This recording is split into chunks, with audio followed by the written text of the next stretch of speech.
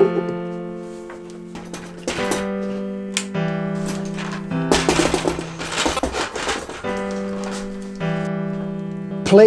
should not hate losing in your game, especially if you're making a roguelike, which I am making. So I'm redesigning my game slightly, or finally getting around to redesigning my game in such a way that if you lose in my game, you don't mind trying it again. I think that makes for a good video. Hey, I'm Pascal from Orangepixel. Welcome to hopefully a good video. So for a large amount of this year I have been working on my new game Chrono Shard. A new game in the Space Grunts universe, a turn-based roguelike. And it feels like I've been working on this way too long, but a lot of things happen in between.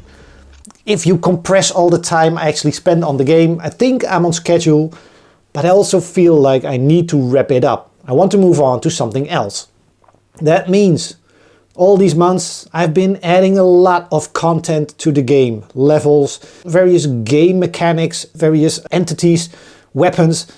There's a lot in the game, but it's all spread out, messed up. It's all dumped in there. And now I need to structure that before we can actually release the game. To structure it, I need to know how long do I want players to play my game. Yeah. Obviously, it would be extremely cool if players keep playing my game for an unlimited amount of time. But nobody has an unlimited amount of time to play a single game, so that's not gonna happen. I need to find the right amount of time that a single game run should take, so that if a player wants to do a quick game session, my game is there. If the player sucks at my game and dies, it's still interesting to start the game over and give it another run, because it's a roguelike. So it doesn't mean it's random, but the levels are generated according to rules and laws and a little bit of randomness, so that every game you play, every session is hopefully interesting and different enough to make you feel like you can beat it. That sounds weird.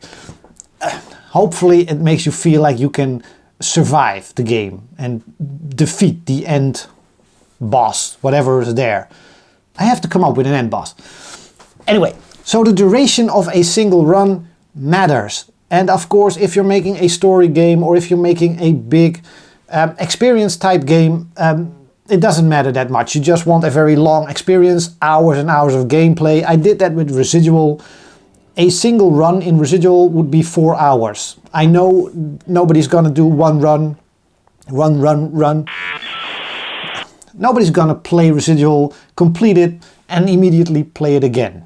Even though if you play another session, it would be on a very different planet and a completely different type of experience. But Residual was designed with the idea that it's a big event and you're not playing one session, you're playing a single game spread over multiple sessions. In the case of Chrono Shard, I know that's not gonna work. So I need to come up with the right length of a single game run.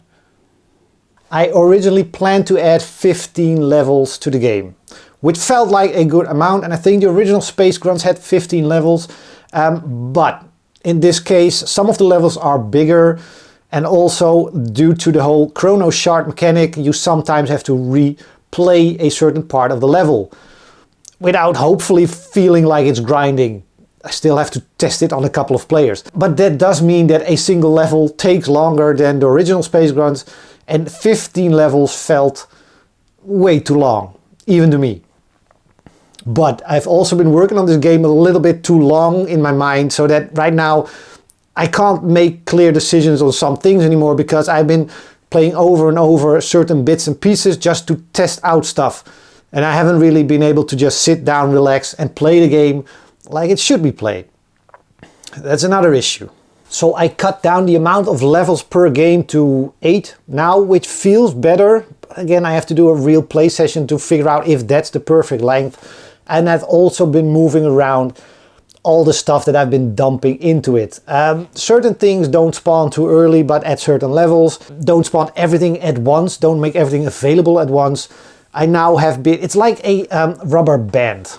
And I'm now stretching it to see what the right size is and where all the little markers find their place. It's balancing is the final stretch of developing this game. So I now have to figure out what the best balance is on not making it too difficult for the player to get into the game. Have a bit of a shorter level at the start for those that retry the game. Because I know from experience that a very bad feeling is to play a game into level, let's say level 7, almost at the end, then you die and then you have to restart again.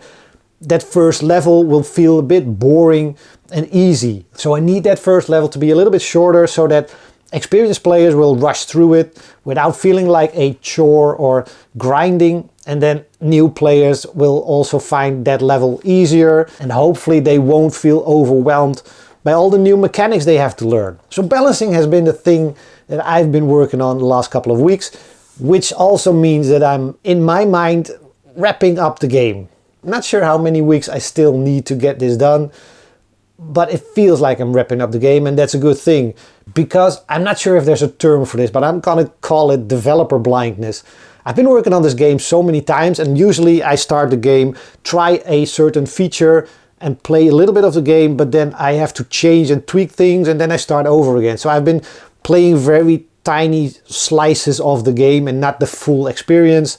And I've become blind for what the game, the full experience is. So my plan right now is to get it balanced in a way, then find a couple of beta testers or play testers, whatever we're gonna call it, and also take a few weeks away from the game and not look at it, not work on it, so that I can hopefully return after those couple of weeks with a fresh set of eyes and get into the game. And this is what I do with all my releases. Near the end, there's always a short amount of time that I'm working on something else. Usually I start a new project, just leave this project as it is, just to reset my own vision of my own game.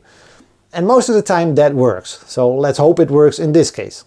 That also means I had to come up with an end boss, and I should be showing you some of the artwork I've been doing for it. The first idea I had wasn't really working, but then I figured I had a pretty cool end boss in the original Space Grunts, which was a, I called it a portal monster. And since this game also has all these hyper gates, we're gonna continue with that one, a hyper gate ooze monster thingy. So I really started just mimicking that design with the little, I don't know, tentacles here and there, and then a big yellow eye at the top. But I'm gonna put in a bunch of extra animations that I didn't do in the original Space Grunts because I was simply running out of time on that project. But now I have some extra time to do this. And this also makes it feel like an upgrade, a better version of what we had back then.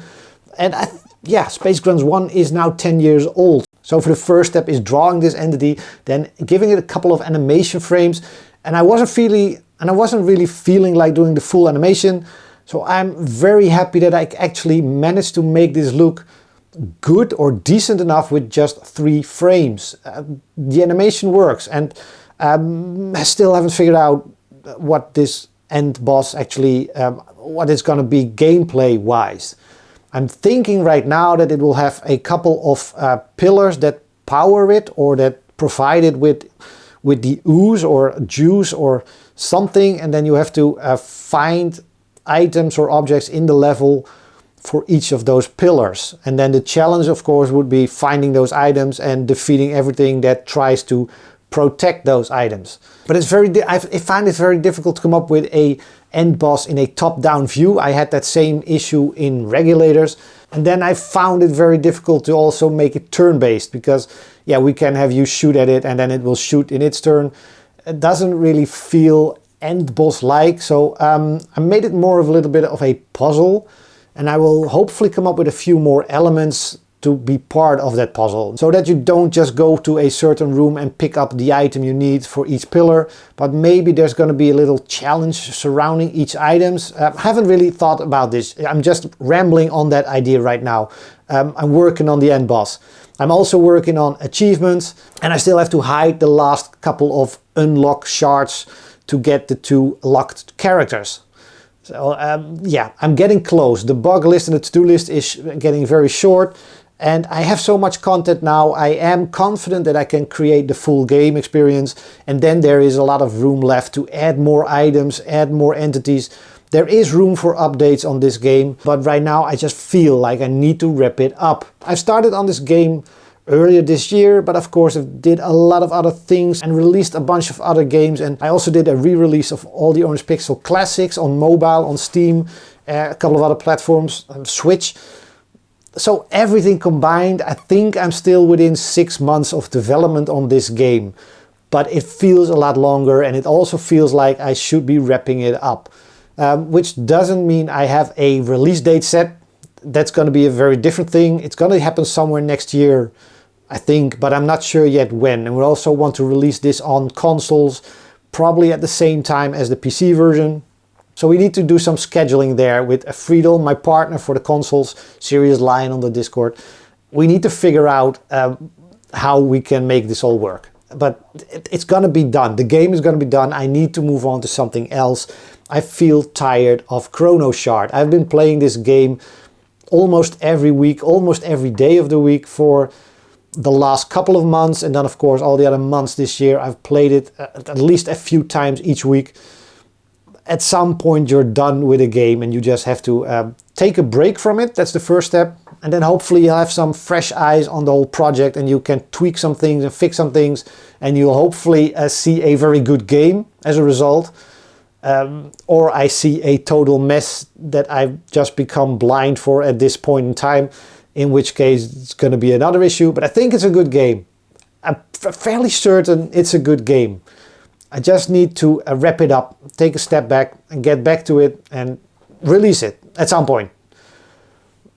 We're almost there. I could have made this video a lot shorter. I'm almost there. And hopefully it will then be a nice package for everybody that likes roguelikes or turn-based games or in space and in the Orangepixel style type thing. I'll do some playtesting pretty soon. I'll call for it on the Discord and also have a couple of people I know that did some great testing before. See if they are interested in trying out the game as well. And get me some feedback while I take a break from the game. But that's it for this week's video. I'm almost there with a new game. And I also can't wait to do the next couple of week videos because I got a couple of good ideas scheduled in for weekly videos. And of course, the end of the year video, which I am splitting up in 2 parts because there's been so many game releases, already made a list. I could do a whole video just on the amount of games I released this year, which is insane. And it's not all new games, it's mostly existing games on new platforms. And here and there, it took a lot of work to get that done. So that's going to be one video. Then the other video is going to be, well, the usual stuff, how Orangepixel did in this year. And then we'll have a video on the plans for next year. I have a whole list of video topics. They're coming. I'm very excited about creating videos again. The last couple of videos were very fun to do. So I'm getting back into that a little bit. Just a little bit more than just sitting here talking to you and explaining how the world works, because I have no clue and nobody does, and I'm rambling. So thanks for watching. Like, subscribe, comment below. If you have nothing to add, idle watcher, subscribers, steady viewers. I'm delaying this because I have no keyword for this week's video. So the keyword is gamepad. Let's gamepad. Go with that. This is the first thing I grabbed. Gamepad if you have nothing else to comment, but please comment something better than gamepad. And don't comment that whole sentence, you doofus. I know you're gonna type everything. No, stop. All right. Thanks for watching. Bye.